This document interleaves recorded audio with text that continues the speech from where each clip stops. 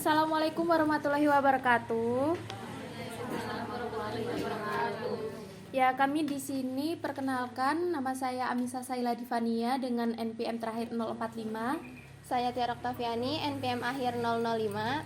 Saya Nida Mahidi Zakia, NPM terakhir 086. Nah, di sini kami akan memberikan informasi atau mengedukasi teman-teman mengenai bioetika. Mungkin dari teman saya akan menjelaskan terlebih dahulu.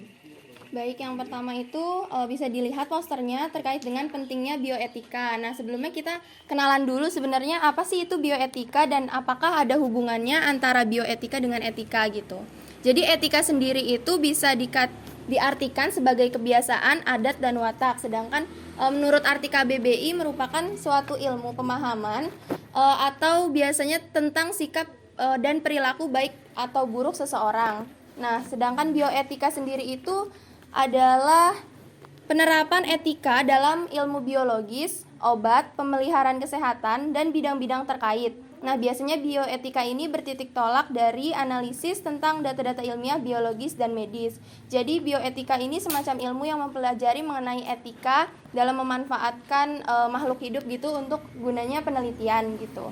Nah, tujuan bioetika sendiri itu yang pertama sebagai pengawal riset biologi dan bioteknologi modern. Kemudian mencegah juga dampak negatif yang muncul dari adanya teknologi.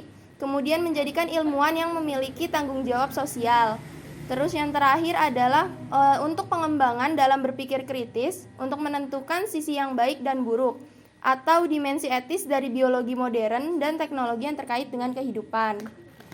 Nah, prinsip dasar dari bioetika itu ada 3, yaitu yang pertama respect for person, terus justice atau berkeadilan, dan yang terakhir beneficence atau bermanfaat. Nah, ciri bioetika itu juga ada 3. Yang pertama interdisiplinaritas, internasionalisasi, dan pluralisme. Kemudian di sini kita juga membahas terkait dengan ethical clearance.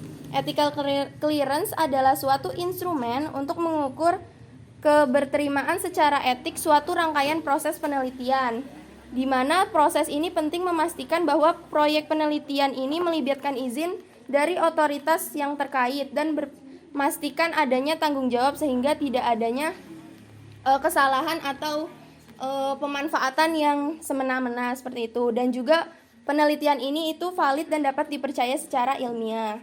Prinsip dari ethical clearance itu ada 3, yaitu menghormati otonomi, di mana seseorang itu diberi kebebasan untuk mengikuti penelitian tersebut atau tidak. Kemudian beneficence ini bermanfaat bagi seseorang yang mengikuti penelitian itu, dan non-maleficence ini tidak merugikan bagi siapapun termasuk peneliti maupun makhluk hidup yang ada. Dan yang terakhir itu keadilan. Nah, di sini ada tagline-nya bahwa setiap upaya yang dilakukan perlu pengelolaan yang tepat agar terjalin keharmonisan dengan lingkungan. Mungkin untuk lebih lanjutnya akan dilanjutkan dengan teman saya. Oh ya, oke. Saya akan melanjutkan mengenai untuk penambahan prinsip dasar. Nah, prinsip dasar kan tadi udah dijelaskan mengenai ada otonom, manfaat, non-malefikensi. Tapi juga ada keadilan dan menghormati martabat manusia. Nah, itu bisa dikembangkan menjadi 2 aspek tersebut. Nah, kemudian bioetika itu penting nggak sih? Tentunya itu penting karena apa? Karena bioetika itu yang pertama itu dia memastikan kehidupan manusia itu dihargai dan diperlakukan sebagaimana mestinya, tidak memandang sara maupun dari agama mana dan lain sebagainya. Jadi bioetika itu menghormati martabat manusia. Yang kedua itu bioetika itu mempertimbangkan banyak tindakan medis dan ilmiah terhadap lingkungan, yang mana itu tentang keberlanjutan lingkungan. Kemudian yang ketiga itu bioetika membantu menghadapi dilema moral, memastikan keputusan yang diambil berdasarkan pertimbangan yang baik dan prinsip-prinsip etika yang kuat, yang mana itu mengatasi tantangan moral. Kemudian etika itu ada dalam penggunaan sumber daya alam. Yang pertama itu ada kebijakan lingkungan, kemudian keanekaragaman hayati, kesejahteraan hewan, dan keterbukaan. Dari 4 aspek tersebut itulah yang diperhatikan dalam etika penggunaan sumber daya alam. Kemudian yang kedua itu ada etika laboratorium. Ada 4 aspek juga yang perlu diperhatikan, yaitu tentang keselamatan kerja, penanganan zat kimia, ketepatan percobaan, dan fokus tujuan. Kemudian ada tagline, yaitu hargai kehidupan dan lingkungan demi masa depan, yang artinya memahami pentingnya menjaga dan melindungi segala bentuk kehidupan di planet ini serta mengambil tindakan yang bertanggung jawab terhadap lingkungan alam. Dan mungkin untuk selanjutnya akan dilanjutkan oleh rekan saya. Nah, tadi kan sudah diulas terkait etika lingkungan. Apa sih etika lingkungan itu? Etika lingkungan merupakan kebijakan moral manusia dalam bergaul dengan lingkungannya. Etika lingkungan ini diperlukan agar setiap kegiatan yang menyangkut lingkungan dipertimbangkan secara cermat sehingga keseimbangan lingkungan tetap terjaga.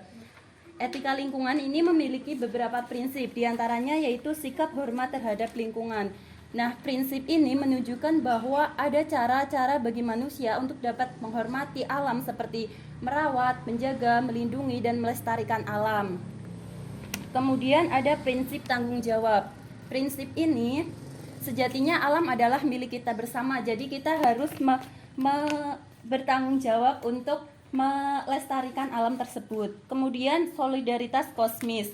Artinya apa? Bahwa prinsip ini mendorong manusia untuk melakukan upaya menyelamatkan lingkungan serta guna menyelamatkan seluruh kegiatan yang ada di dunia. Kemudian kasih sayang dan kepedulian dan keadilan. Dan terakhir ada hidup sederhana dan selaras dengan alam. Kemudian ada penerapan etika dalam kehidupan sehari-hari, yaitu yang pertama di lingkungan keluarga seperti menanam pohon dan memelihara bunga di pekarangan rumah, membuang sampah pada tempatnya, serta bertanggung jawab pada tugas rumah. Kemudian di lingkungan sekolah ada pengelolaan sampah, penanaman pohon, penyuluhan kepada siswa, kegiatan piket dan Jumat bersih, dan yang terakhir ada di lingkungan masyarakat. Terdapat membangun sampah secara berkala ke tempat pembuangan sampah, kesediaan untuk memisahkan antara sampah organik dan anorganik, serta melakukan kegiatan kerja bakti dan melakukan daur ulang sampah. Baik, mungkin itu saja yang dapat kita sampaikan. Mohon maaf apabila terdapat kekurangan. Wassalamualaikum warahmatullahi wabarakatuh. Waalaikumsalam warahmatullahi wabarakatuh. Terima kasih.